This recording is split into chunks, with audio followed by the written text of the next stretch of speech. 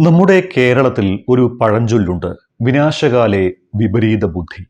വിശദീകരിച്ചു പറഞ്ഞാൽ, നാശം അടുത്തെത്തുമ്പോൾ ബുദ്ധി വിപരീതമാകും, അല്ലെങ്കിൽ ബുദ്ധി തല തിരിഞ്ഞു പോകുമെന്ന് സാരം. എന്നുവെച്ചാൽ ചെയ്യുന്നതെല്ലാം വിപരീത ഫലം ഉണ്ടാക്കുമെന്ന്. ഏറെക്കുറെ അതാണ് ഇപ്പോഴത്തെ അമേരിക്കയുടെ സ്ഥിതി.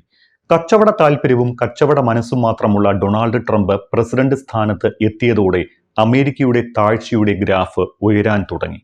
സകല അയൽ രാഷ്ട്രങ്ങളെയും സൗഹൃദ രാഷ്ട്രങ്ങളെയും ശത്രുക്കളാക്കി, ഏറാൻമൂളികളെ മാത്രം സുഹൃത്തുക്കളാക്കി, ഒറ്റനോട്ടത്തിൽ ലാഭമെന്ന് തോന്നിക്കുന്ന, രാജ്യത്തിന്റെ വളർച്ചയ്ക്ക് ഗുണമെന്ന് തോന്നിക്കുന്ന, എന്നാൽ അബദ്ധ പഞ്ചാംഗമായ കുറെ പരിഷ്കാരങ്ങളും കൊണ്ടുവന്ന ട്രംപ് വരുത്തിവെച്ച വിനയാണ് ഇന്ന് അമേരിക്ക അനുഭവിക്കുന്ന സാമ്പത്തിക അസ്ഥിരതയും പ്രതിസന്ധികളും. മുൻവശം പളപള തിളങ്ങുന്ന, എന്നാൽ പിൻവശം കീറിപ്പറിഞ്ഞ കുപ്പായമിട്ട ഒരാളുടെ രൂപമാണ് ഇന്നത്തെ അമേരിക്കയ്ക്ക് എന്നാണ് പല സാമ്പത്തിക വിദഗ്ധരും വിദേശകാര്യ വിദഗ്ധരും പറയുന്നത്. പുറത്തുനിന്ന് നോക്കിയാൽ മിന്നിത്തിളങ്ങുന്ന ഒരു ലോകം, എന്നാൽ അകത്തോ രൂക്ഷമായ പ്രതിസന്ധിയാണ് അമേരിക്കയുടെ ഖജനാവിൽ. ഒരു ദശാബ്ദം മുൻപ് വരെ ഉണ്ടായിരുന്ന അമേരിക്കയല്ല ഇന്നുള്ളത്. അന്ന് സമ്പത്തിന്റെയും അധികാര മേൽക്കോയ്മയുടെ സൈനിക ശക്തിയുടെയും അപ്പോസ്തലന്മാരായിരുന്ന അമേരിക്കയുടെ പ്രതാപം ഇന്ന് എവിടെയോ പോയി മറഞ്ഞിരിക്കുന്നു.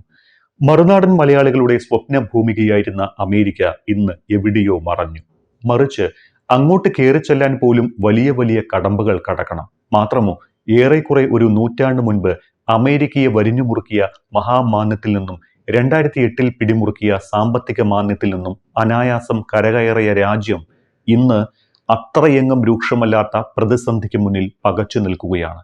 പരിഹാരമില്ലാഞ്ഞിട്ടല്ല, പിടിച്ചു കയറാൻ ശേഷിയില്ലാഞ്ഞിട്ടുമല്ല ആ രാജ്യത്തിന്. പക്ഷേ കച്ചവട കണ്ണ് മാത്രമുള്ള അവിടുത്തെ ഭരണാധികാരി താൻ പിടിച്ച മുയലിന് കൊമ്പ് നാലെന്ന് പറഞ്ഞ് ദുർവാശിയാൽ തന്നെ നിന്നാൽ ആ നാട് പിന്നെങ്ങനെ കരകയറും?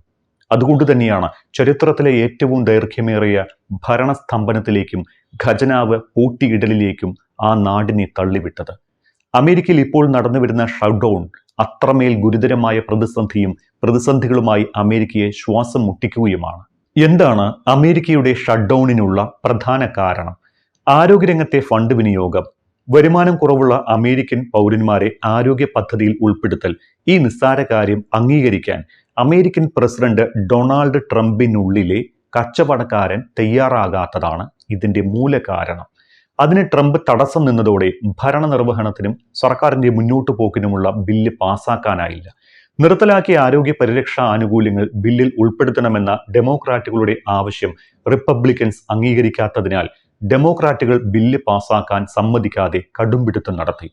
ഒക്ടോബർ 1 US ബജറ്റ് വർഷം തുടങ്ങുന്നതിനാൽ സെപ്റ്റംബർ 30 സർക്കാരിന്റെ ചിലവിനുള്ള 12 ബില്ലുകൾ US കോൺഗ്രസ് പാസാക്കണം.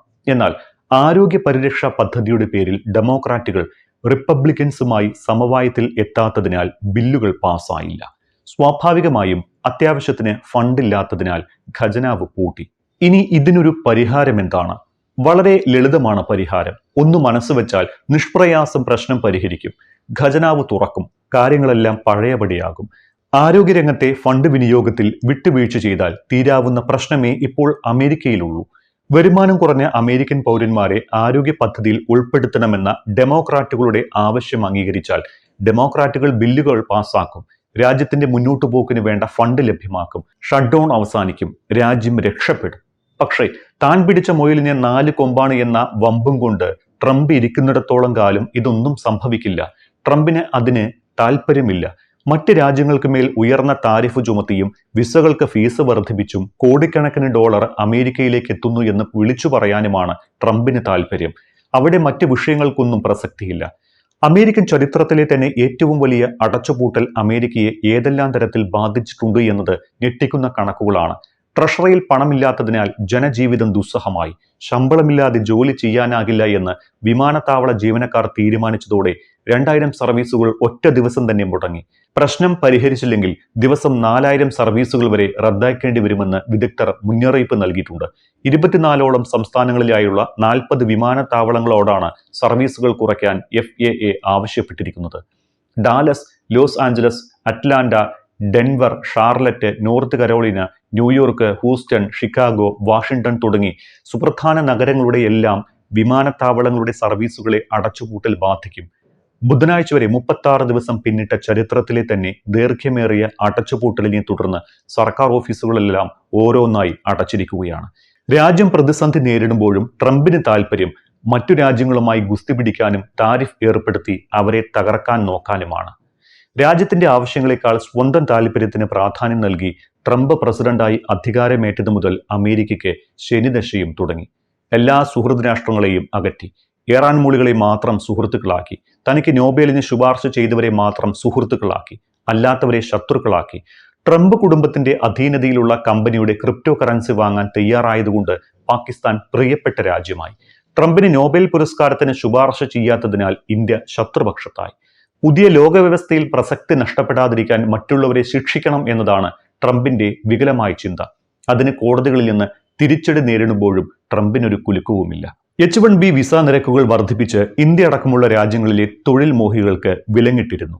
ഇപ്പോഴിതാ മറ്റൊരു പുതിയ നിയന്ത്രണം കൂടി കൊണ്ടുവന്നിരിക്കുന്നു. ജീവിതശൈലി രോഗങ്ങൾ ഉൾപ്പെടെയുള്ള ആരോഗ്യ പ്രശ്നങ്ങൾ ഉള്ളവർക്ക് അമേരിക്കയിലേക്ക് വിസ അനുവദിക്കുന്നതിന് നിയന്ത്രണം ഏർപ്പെടുത്തിയിരിക്കുകയാണ് ട്രംപ്. പ്രമേഹം, അമിതവണ്ണം, ഹൃദ്രോഗങ്ങൾ തുടങ്ങിയവ ഉള്ളവർക്ക് വിസ നിഷേധിക്കാമെന്നാണ് സ്റ്റേറ്റ് ഡിപ്പാർട്ട്മെന്റ് പുറത്തുവിട്ട മാർഗനിർദ്ദേശങ്ങളിലുള്ളത്. സാംക്രമിക രോഗങ്ങൾ, വാക്സിനേഷൻ ചരിത്രം, മാനസികാരോഗ്യ പ്രശ്നങ്ങൾ, പകർച്ചവ്യാധികൾ തുടങ്ങിയവ നേരത്തെ തന്നെ വിസ പൂർത്തീകരണ പ്രക്രിയയിൽ പരിശോധിക്കാറുണ്ട്. പുതിയ മാർഗനിർദ്ദേശം കൂടി വന്നതോടെ ഈ പട്ടികയിലേക്ക് പുതിയ രോഗങ്ങൾ കൂടി പരിശോധിക്കപ്പെടും. അപേക്ഷകർ ചികിത്സാ ചെലവുകൾ വഹിക്കാൻ പ്രാപ്തിയുള്ളവരാണോ എന്ന് വിസ ഓഫീസർമാർ പരിശോധിക്കുകയും വേണം. എല്ലാവരും താൻ വരച്ച വഴിയെ വരുന്നു എന്ന് പ്രഖ്യാപിക്കുമ്പോഴും പിന്നാമ്പുറത്ത് അമേരിക്കൻ ഉദ്യോഗസ്ഥർ നടത്തുന്ന ചർച്ചകളുടെയും വിട്ടുവീഴ്ചകളുടെയും ഫലമാണ് പല കരാറുകളും. മൊത്തത്തിൽ കീറിപ്പറിഞ്ഞ വസ്ത്രം പോലെ ആയി ട്രംപിന്റെ നയതന്ത്രം. ചുരുക്കത്തിൽ ഡൊണാൾഡ് ട്രംപിനെ പ്രസിഡന്റ് ആക്കിയവർ തന്നെ പലരും ഇന്ന് ദുഃഖിക്കുകയാണ് എന്ന് പറയേണ്ടി വരും.